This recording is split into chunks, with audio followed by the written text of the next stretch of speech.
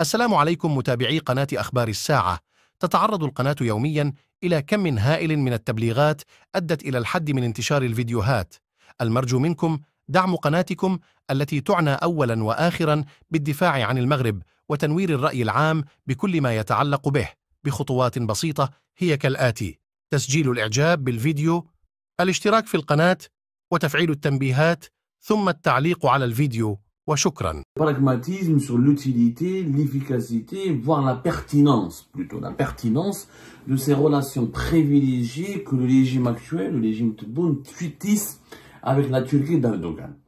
Et on avait bien pris le soin de signaler que, naturellement, la Turquie d'Erdogan est une puissance régionale intéressante, qu'il est bien d'avoir des bons rapports avec elle, sauf que force est de constater que le régime Tebboune a construit des rapports exclusivement privilégiés avec la Turquie, dans une moindre mesure avec le Qatar, qui est le deuxième partenaire ami, qui est le deuxième ami du régime algérien, mais qui est le Qatar et la Turquie sont, vous savez, des alliés inséparables, ils sont dans le même clan, on va dire.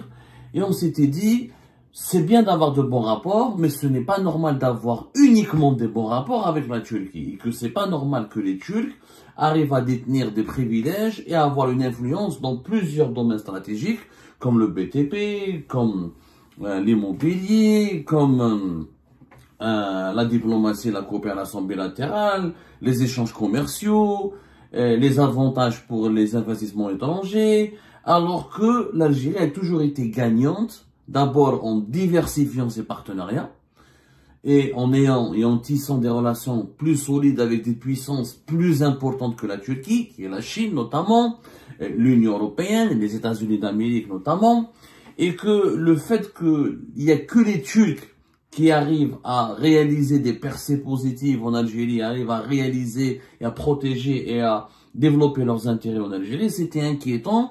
Il y a une certaine dépendance vis-à-vis de la Turquie qui s'est installée malheureusement depuis 2021-2022 et que le partenariat avec la Turquie n'est pas forcément gagnant pour l'Algérie pour deux ou trois raisons. La première est que les Turcs,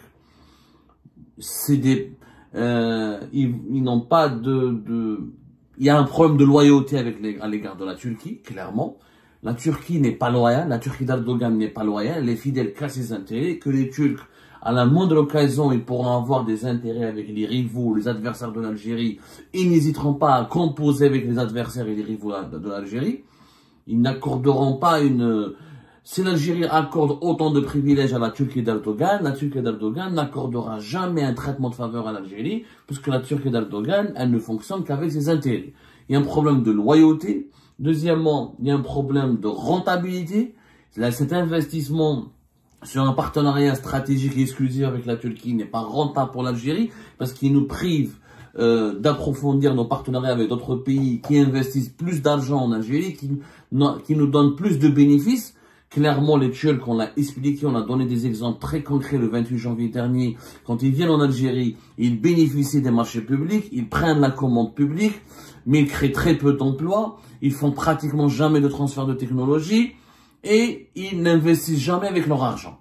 Ils prennent l'argent des banques algériennes ou l'argent de l'État algérien à travers des marchés publics, et ils s'enrichissent en Algérie, ils partent ailleurs, ils prennent leur argent, ils se barrent.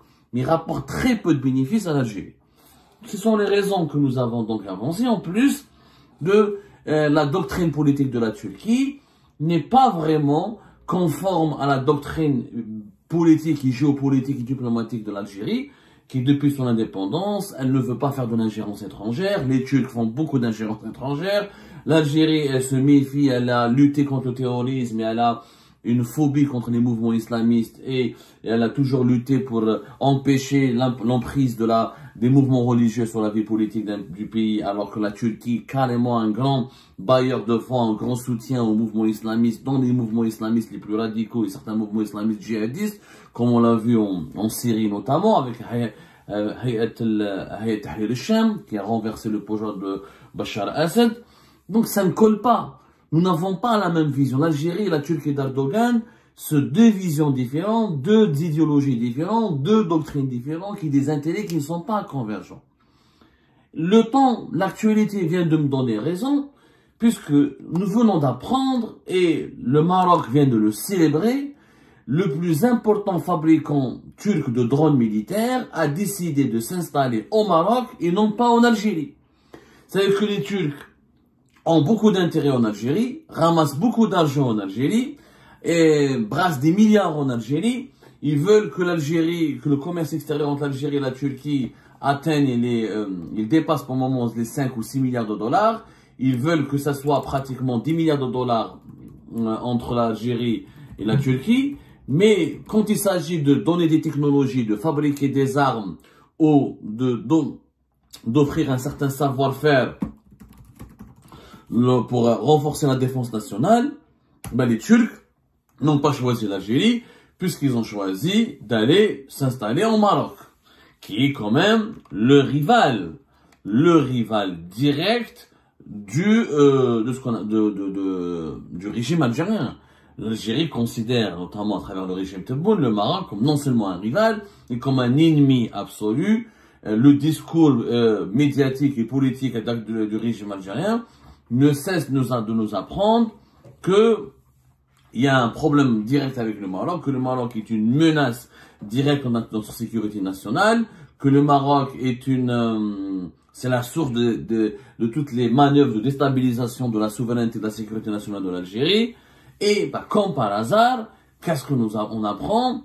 On apprend que les Turcs, qui sont soi-disant les amis du régime Tebboune, et que Tebboune est parti 2 fois en Turquie, et les Turcs qui donc bénéficient, où là ils arrivent à ouvrir toutes les portes de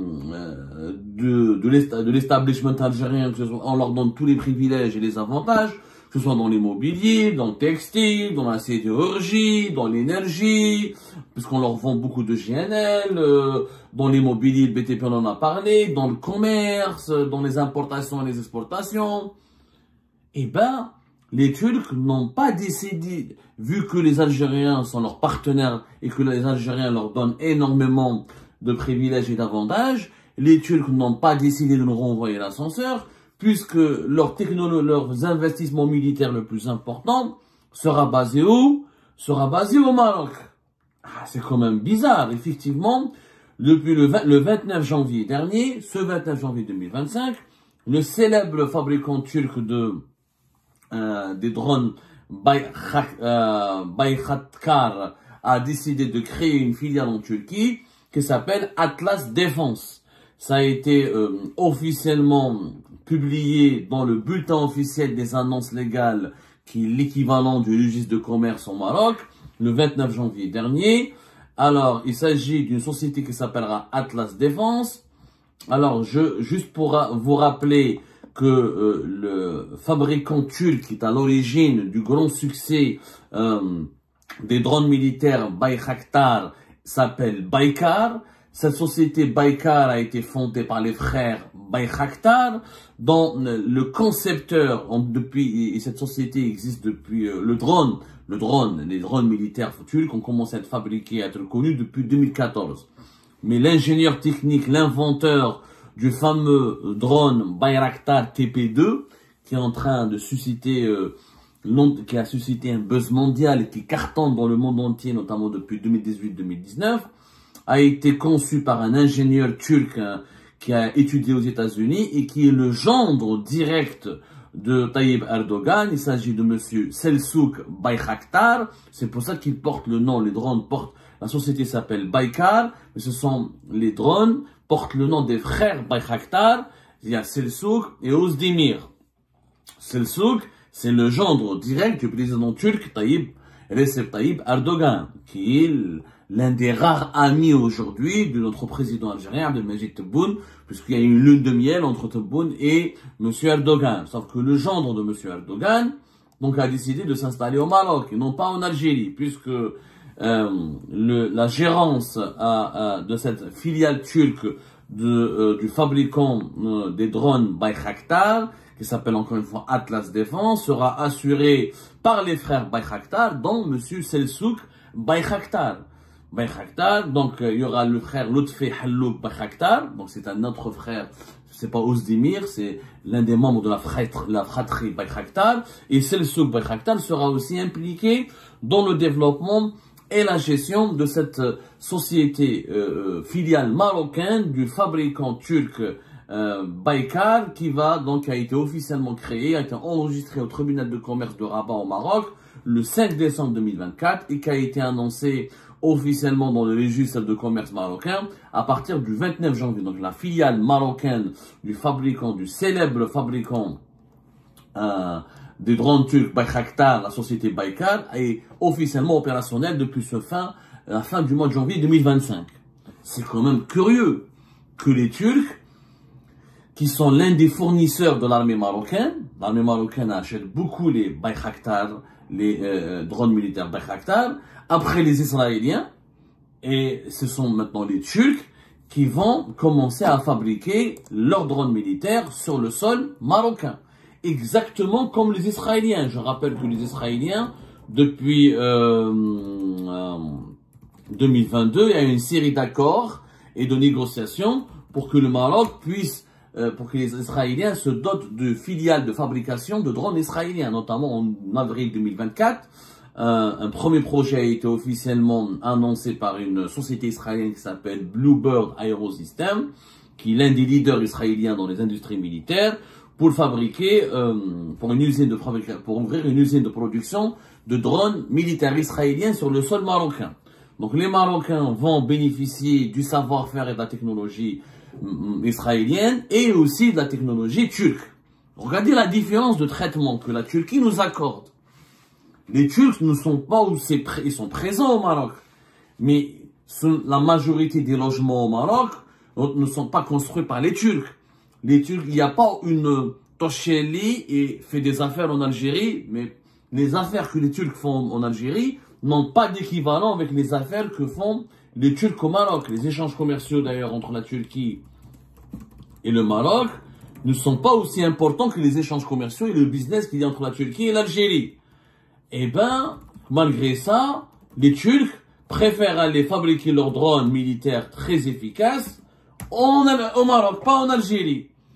Donc j'aimerais bien que le régime Tebboune nous fournisse des explications. Voilà. Bon, les échanges économiques sont 6 milliards de dollars aussi entre la Turquie et le Maroc, pratiquement comme avec l'Algérie, à la seule différence que les Turcs en Algérie, non seulement il y a des échanges commerciaux, mais ils ont accès au marché public. Ils ont des marchés publics extrêmement importants, contrairement au Maroc où les Turcs n'ont pas accès autant au marché public. D'ailleurs, on va faire tout à l'heure une comparaison très précise sur les avantages que les Turcs obtiennent en Algérie et par rapport à la réalité de leurs activités économiques au Maroc. السؤال يبقى مطروح donc انا مانيش فاهم est-ce que le régime algérien est aveugle هذا l'allié turc qui part fabriquer comme Israël ses propres drones sur le territoire marocain. C'est une nouvelle inquiétante du point de vue du régime algérien. Si on considère le Maroc, pour moi le Maroc est un concurrent, n'est pas un ennemi. Mais le régime algérien le considère comme un ennemi. Mais déjà, si on se base sur le point de vue que notre concurrent va fabriquer des drones militaires turcs redoutablement efficaces, c'est quand même inquiétant alors que nous les Turcs sont censés être nos amis, nos alliés, et je ne comprends pas pourquoi les Turcs ne veulent pas le fabriquer chez nous. Pourquoi ils choisissent le Maroc et pas l'Algérie. C'est inquiétant pourquoi? Parce que le drone turc Bayraktar TP2, depuis 2024, il constitue 65% des exportations mondiales de drones militaires. Les Turcs aujourd'hui sont devenus leaders du drone militaire. Cette société Baykar, elle a exporté vers 35 pays, dont 34 pays pour le fameux drone qui est, on va dire, le Bayraktar TP2. C'est le drone militaire turc qui a le plus réussi, qui a une réussite éclatante à l'étranger. C'est le fer de lance de l'industrie militaire turque et c'est l'ambassadeur, si vous voulez, de la réussite. C'est le symbole de la réussite de l'industrie militaire turque. C'est vraiment la Mercedes ou la Ferrari des drones militaires turcs. On va dire comme ça.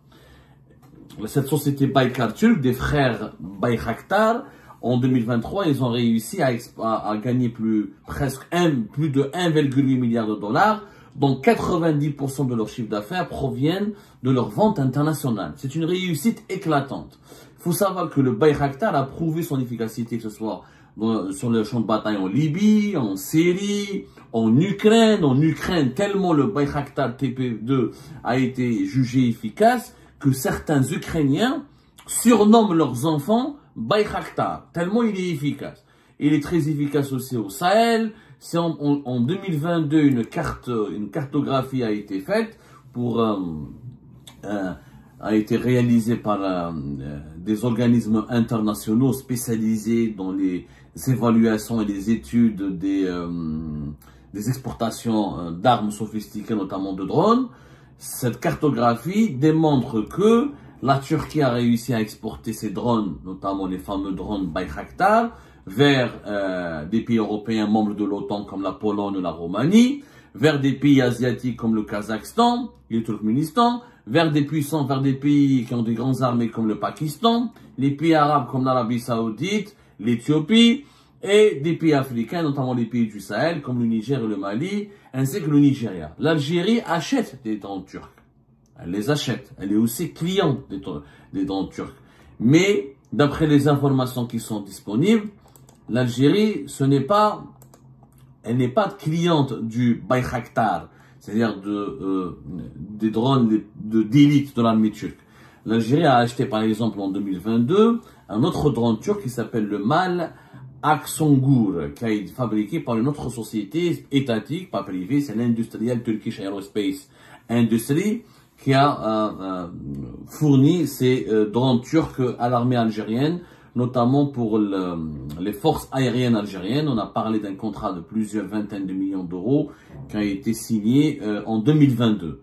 Donc l'Algérie achète aussi les drones turcs. Sauf que, comme le Maroc, visiblement, peut-être que le Maroc achète plus que de drones turcs. Il n'y a pas de données publiques disponibles, vérifiables et crédibles. Mais encore, ce qui est en tout cas remarquable, c'est que la Turquie a préféré, l'industrie de la défense turque a préféré miser sur le Maroc que de miser sur l'Algérie. On pourrait s'interroger légitimement, est-ce qu'il n'y aura pas un déséquilibre de force? On a reproché les autorités algériennes, le régime actuel algérien, a longtemps diabolisé le Maroc, il a longtemps considéré comme un ennemi dangereux parce qu'il a fait une alliance militaire importante avec Israël en novembre 2021 et qu'il y a des projets de fabrication d'armes sophistiquées comme les drones israéliens. Aujourd'hui, le Maroc va fabriquer aussi des drones militaires turcs qui sont extrêmement efficaces. Je viens de le dire, le Bayraktar le Bayraktar TB2, qui a parcouru plus d'1 million d'heures de vol en 2024, vers décembre 2024, selon des chiffres et des statistiques internationales, a représenté encore une fois 65% des exportations de la Turquie. Donc il est redoutablement efficace. Il peut, la Croatie, les pays européens l'ont acheté comme la Croatie, il peut servir pour des détections de feux de forêt, comme il peut servir pour des actions et des attaques et des offensives militaires. Voilà. C'est les Marocains qui vont bénéficier du savoir-faire et de la technologie turque, c'est pas l'Algérie. Pourtant, c'est en Algérie que nous considérons les Turcs comme nos alliés les plus fidèles, les plus loyaux. Où est la loyauté de la Turquie? Est-ce que la Turquie aurait aimé, par exemple, que l'Algérie, que l'armée algérienne, ou que les entreprises de défense militaire algériennes signent ou la fournissent les Kurdes, les milices armées kurdes, ou signent avec le Kurdistan irakien ou le Kurdistan en Syrie pour leur fournir des armes? Comment les Turcs, selon vous, auraient réagi si le rival géopolitique direct de la Turquie était alimenté par l'Algérie en armes?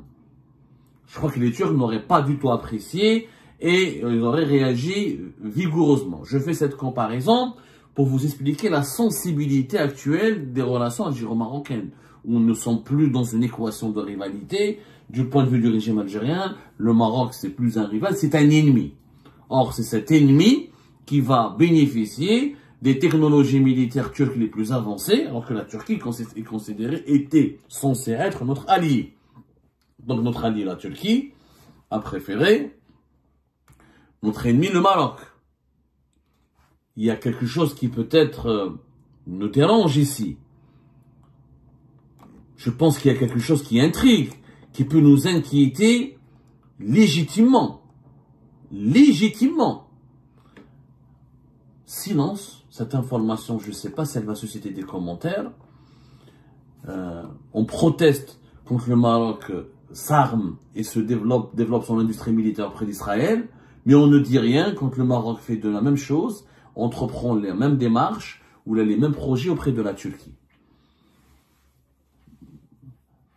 La conclusion, je pense, il y a un constat qui s'impose de lui-même. La Turquie d'Erdogan n'est pas loyale. Elle ne sera jamais loyale. Ils ne connaissent pas la loyauté, les Turcs.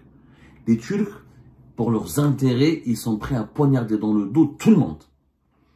C'est de bonne guerre. Attends, on ne va pas reprocher aux Turcs d'aller faire des affaires au Maroc. C'est de bonne guerre. On ne va pas leur reprocher, ni on ne peut pas ni les empêcher, ni leur interdire d'aller gagner des marchés au Maroc et d'aller travailler avec les Marocains. C'est pas ça ce qu'on peut leur reprocher. Mais ne venez pas nous dire que vous êtes nos alliés, que vous êtes nos meilleurs amis, quand vous allez transférer vos meilleures technologies vers nos rivaux. C'est-à-dire qu'en Algérie, les Turcs, ils construisent des logements, ils essayent de nous apprendre à comment poser de la pierre et de la céramique, mais au Maroc, ils apprennent aux Marocains comment faire les drones militaires les plus sophistiqués. C'est quand même déséquilibré. C'est quand même injuste à l'égard de l'Algérie. La faute n'incombe pas aux Turcs, parce que les Turcs sont pragmatiques. Les Turcs, c'est les amis de tout le monde. Erdogan, il a tout compris. Erdogan, c'est l'ami de Poutine, c'est l'ami de Donald Trump. C'est l'ami du Qatar et de l'Arabie Saoudite et de l'Égypte. C'est l'ami du Maroc et de l'Algérie. C'est l'ami de la Chine et de Taïwan. Il est l'ami de tout le monde. وعنده الحق Erdogan. Erdogan, il يخمم على بلاده. Qui nous pense aux intérêts de l'Algérie? Nous, on devrait penser à notre intérêt aussi. Et l'intérêt de l'Algérie est de construire des stratégies, des alliances basées avec des partenaires qui nous seront loyaux et qui nous seront loyaux, qui feront preuve d'une loyauté et qui nous permettront de bénéficier aussi d'un certain transfert de technologie. Mais si tu dis dans mon pays, je te donne accès au logement, accès à l'énergie, accès au textile, accès à tous les marchés publics, tu vas développer tes projets militaires les plus sophistiqués chez mon rival, chez mon concurrent direct. Mais ça c'est, franchement, on est devenus les dindons de la farce. On est devenus les dindons de la farce. Aujourd'hui, j'espère que M. Tebboune va se réveiller et qu'il va arrêter d'angéliser ses relations avec M. Erdogan, parce que M. Erdogan n'est pas un ange, ce n'est pas le diable, mais ce n'est pas un ange.